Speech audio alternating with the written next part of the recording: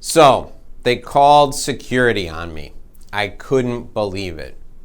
Hi, my name is Dave Lorenzo. This is the Inside BS Show. And today we're talking about the 3 most important aspects of consultative sales.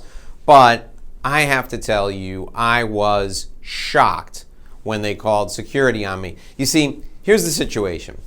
I was a big ticket consultant. I was an outside sales rep, and my inside sales partner had made an appointment for us to go see a company called The Casual Male. Yes, that's the actual name of the company, The Casual Male. They made clothing for people who were irregular sizes. Well, men who were irregular sizes, so tall men. They called them husky men, and as I say that, I feel like I gotta unbutton my coat a little bit because I'm feeling a little husky myself. This company made clothing for tall and large men. And we were to meet with the executive vice president of marketing. And the deal was I had a consulting product, and the name of the product was the CE11. It was a survey that we would do of their customers to tell them how to position their brand in a way that would make an emotional connection with their customers. And James set the appointment up for me. He gave me the background on the people who we'd be meeting with. And I was very excited to have this meeting because this was a senior level person. The guy had budgetary authority. So we're ready. We go into the meeting. I set up my computer in the conference room. We got a projector. I've been carrying this computer and projector around from New York to Boston, all in meetings all day in Boston. I've been lugging this heavy equipment around. This is the early 2000s, so it wasn't a small projector. It was a big deal. So I put it on the conference table, I set it up, I get my presentation ready, I got my little remote control in hand, and I'm ready to start the presentation. And James is excited, I'm excited. The executive vice president of marketing walks in with his assistant, shakes my hand, I introduce myself, I introduce James, and boom, I'm off to the races. I'm doing the presentation, and I'm talking, and I'm gesturing, and I'm magnificent. I'm doing fantastically. And the executive vice president of marketing raises his hand and he says, "Excuse me, I have a question for you. Will this help us connect with people who have purchased once but have never returned to the store?" "Oh, certainly, Mr. Executive Vice President of Marketing. That's on slide 56 and I'm on slide 12 now. Let me get to that when I get to that in the presentation." And I continue on and I'm demonstrating and I'm presenting and there's animation in the presentation and it's beautiful. And James is sitting next to me. He's looking at me adoringly, applauding, saying, "Oh, you're doing a great job."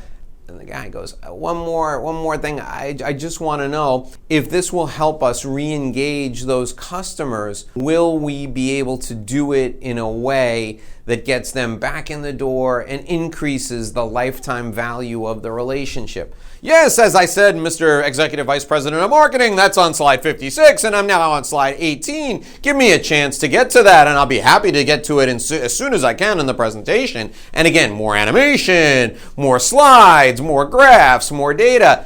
Finally, the guy says, "Mr. Lorenzo, all I want to know is, can we re-engage these customers, get them back in our stores, and get them to spend some more damn money?" And I go, "Mr. Vice President of Marketing, I understand.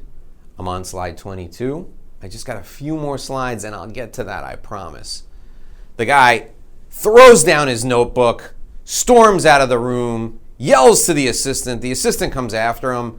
I look at James. James looks at me. "The presentation was going great, right?" "Yeah, Dave, it was going really well. You were doing those animations on the slides. They were fantastic. And your presentation, I've never seen you do better. You haven't made any mistakes at all." All of a sudden, into the room walk 2 security guards. And they say, "Sir, I'm sorry, but you're going to have to leave." And I said, "What?" I said, "We were just here speaking to the executive vice president of marketing. He just left for a second. We're gonna finish our presentation." "Sir, he's very upset with you. Unfortunately, you're gonna have to leave, and I'm gonna have to escort you out." And I said, all right, let me pack up my stuff." "No, sir.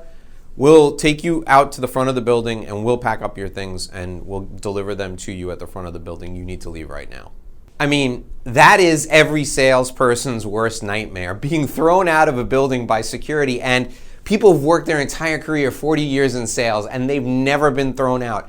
I was thrown out of that meeting, And the reason I was thrown out of the meeting is because I was stupid. See, there are 3 critical aspects of consultative sales, and I violated all of them. I'm going to share them with you right now, and I'm going to hope that you follow this guideline so you're never thrown out of a sales meeting ever again. The first rule of consultative sales is get your message right, okay? So what does that mean, get your message right? Well, before you walk into the meeting, you need to know what the person you're meeting with wants. You need to know why you're the right person to help them with the thing that they want, and you need to understand why they want it right now. You see, when I got thrown out of that meeting, I was not paying attention to what this guy wanted. We didn't do the upfront meeting prep appropriately, so my message was wrong. My message was, look at my data, look at all the stuff we've done, look at how great we are. I never focused on them. And your message has to always be focused on the client. The second thing is the audience. In this case, it was a client. So your audience, who are they? Why are they stuck? And what happens if you don't help them get unstuck? So let's take the example that I gave you where they threw me out of the room. This guy was one of the most important people in this company.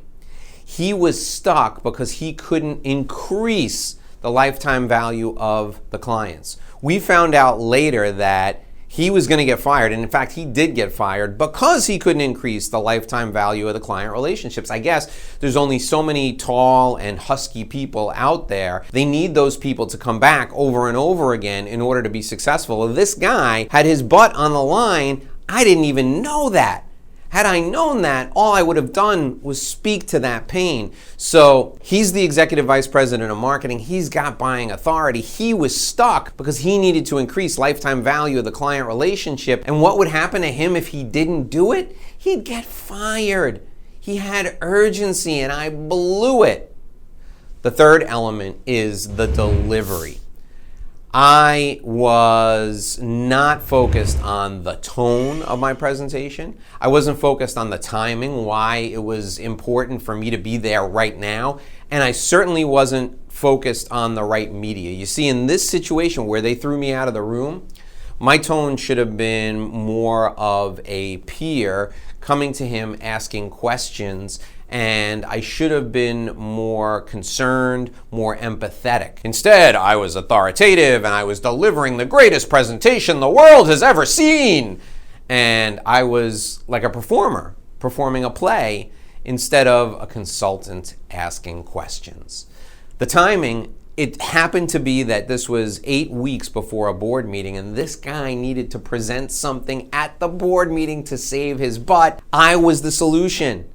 If I had known that the timing was right, an 18-month sales cycle would have shrunk down to like 2 or 3 weeks. They would have given us the deal. I would have hit the ground running. He could have taken me with him to his board meeting. He could have been successful. And then the media, I used this slide presentation, this projector and PowerPoint slides in a big conference room, and there were only 4 of us sitting there.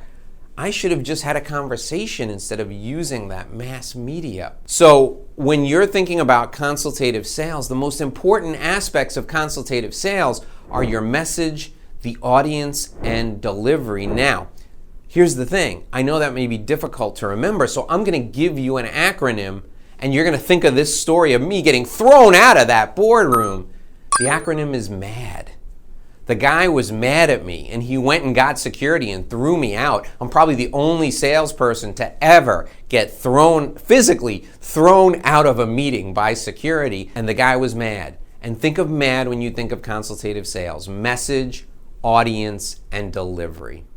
Now, if there's one secret to success that I can share with you when it comes to your 3 aspects of consultative sales, if you can find a way to wrap all 3 of those up in a story, like I did today with the story of me getting thrown out of that meeting, you will find that your consultative sales strategy works very, very well. If you ask people a question and you can answer that question and share a story with them, they'll remember the story, you'll connect with them on an emotional level, and you'll be viewed as someone who's a peer who's consultative and who's looking to help them. If you want more great tips like this on consultative sales, you're in the right place.